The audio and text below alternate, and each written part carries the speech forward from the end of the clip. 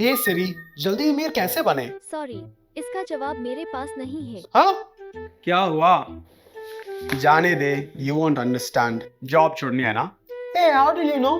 क्योंकि you are not alone. 2021 में 37% लोगों ने अपने जॉब छोड़ा था। तुम्हें इतना सब पता है तो बताओ, how can I get rich fast? Invest in stock markets. But I don't know anything about the stock market. और ना मेरे पास है इतना टाइम, ना है इतना पैसा. Then try mutual funds. Mutual funds? Yes, mutual funds. क्योंकि म्यूचुअल फंड्स में ना ही तुम्हें ज्यादा पैसे इन्वेस्ट करने की जरूरत है और ना ही ज्यादा टाइम।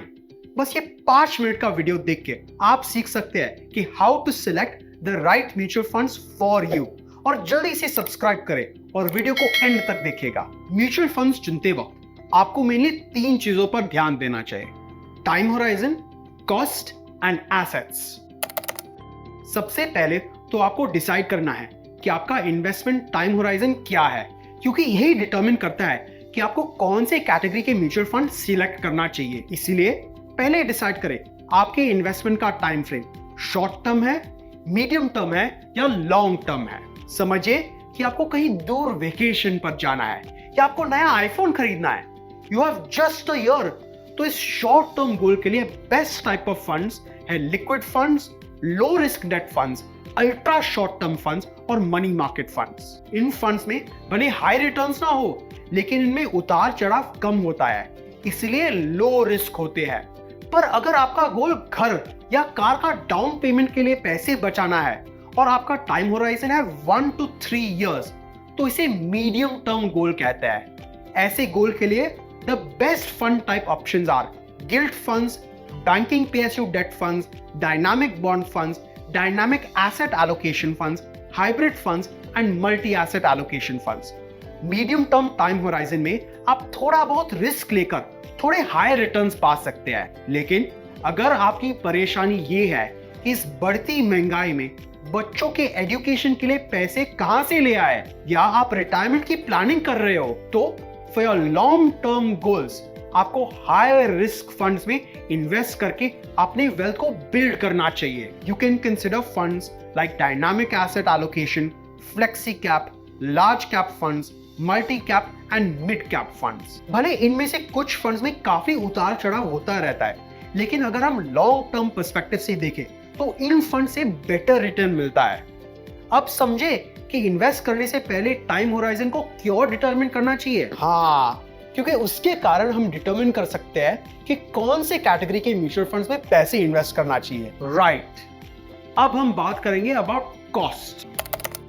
म्यूचुअल फंड्स में इन्वेस्ट करते वक्त सिर्फ 2 प्रकार के कॉस्ट रहता है: एक्सपेंस रेशियो और एग्जिट लोड। और इन कॉस्ट के कारण आपके इन्वेस्टमेंट्स की टोटल प्राइस में बहुत बड़ा डिफरेंस आ सकता है। पर ये एक्सपेंस रेशियो और एग्जिट लोड होता क्या है?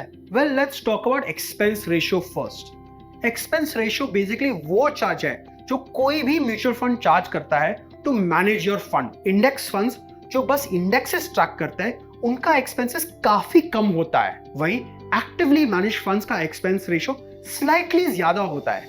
मगर ब्रॉडली सारे फंड्स के एक्सपेंस रेशियो 1.5 to 2% के अंदर ही होना चाहिए। लेकिन अगर एक्सपेंस रेशियो 2% से ज्यादा हुआ तो बॉस उस फंड से 2 हाथ दूर ही रहना। एंड मोस्ट इंपॉर्टेंटली, सभी ये सारे कॉस्ट को रेगुलेट करता है, तो कोई टेंशन लेने वाली बात नहीं है। ओह, समझ गया।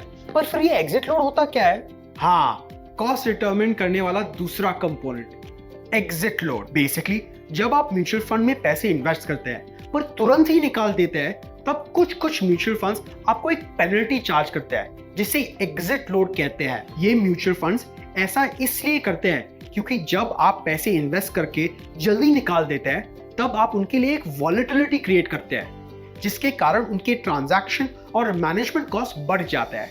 And to cope with that they charge you exit load. और कुछ फंड्स तो एग्जिट लोड का इस्तेमाल करते हैं ताकि ज्यादा लोग ज्यादा समय तक अपने पैसे इन्वेस्टमेंट में रखें। इसलिए इन्वेस्टमेंट करते वक्त अच्छे से देखें कि कौन से फंड्स का क्या एग्जिट लोड है। ऐसे भी कुछ फंड्स होते हैं जिनके 0 एग्जिट लोड होते हैं, and then there are some जिनके exit loads are only for 1 week, 1 month and 1 year. तो म्यूचुअल फंड्स में इन्वेस्ट करते वक्त क्या ध्यान दोगे? कि कहीं ये एक्स्ट्रा कॉस्ट मेरे पैसों को ही ना खा जाए। शाबाश मेरे शेर। हर म्यूचुअल फंड अपनी इन्वेस्टमेंट स्ट्रैटेजी और करंट मार्केट कंडीशंस के हिसाब से अलग अलग एसेट्स में इन्वेस्ट करते हैं। वो किसी में भी इन्वेस्ट क्यों ना करे, मुझे तो मेरे रिटर्न से मतलब है। अरे इन एसेट्स पर ही तुम्हारे रिटर्न्स डिपेंड करते हैं। वो कैसे? म्यूचुअल फंड ज्यादातर 2 एसेट क्लास में इन्वेस्ट करते हैं, stocks and bonds.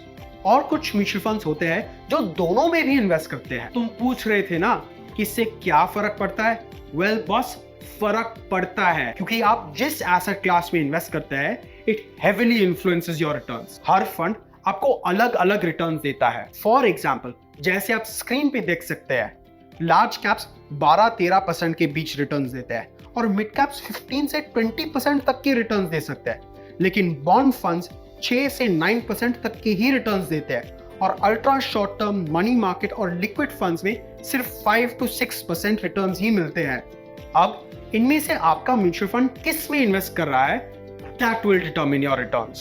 Oh, so that's why it's important to review the assets of a mutual fund before investing. Exactly. यार अब तो मैं अमीर बन जाऊंगा, पैसे ही पैसे होंगे। पर याद रहे कि इन्वेस्ट करते वक्त इन सारे पैरामीटर्स को गो थ्रू करें।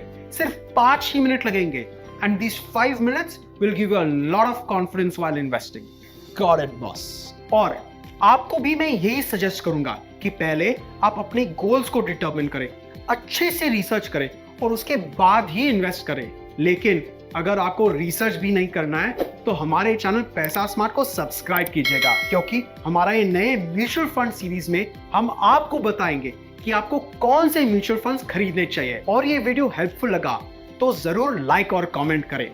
मिलते हैं जल्द ही अगली वीडियो के साथ, तब तक happy and safe investing. Thank you.